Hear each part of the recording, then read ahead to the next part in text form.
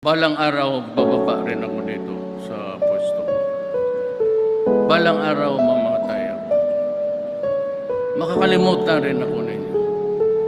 But let me leave you a message that is very important and it would spell the difference between progress and development and maybe a failed country in the end. Ikaw yung taong nahimusgahan at kinatakutan dahil sa iyong katauang walang iniilagan, kinilala kang palamura at bastos ng karamihan. Tunay na kakaiba sa mga pangulong nagdaang, tandang-tanda ko pa nung panahong ika'y kumandidato. Di ka man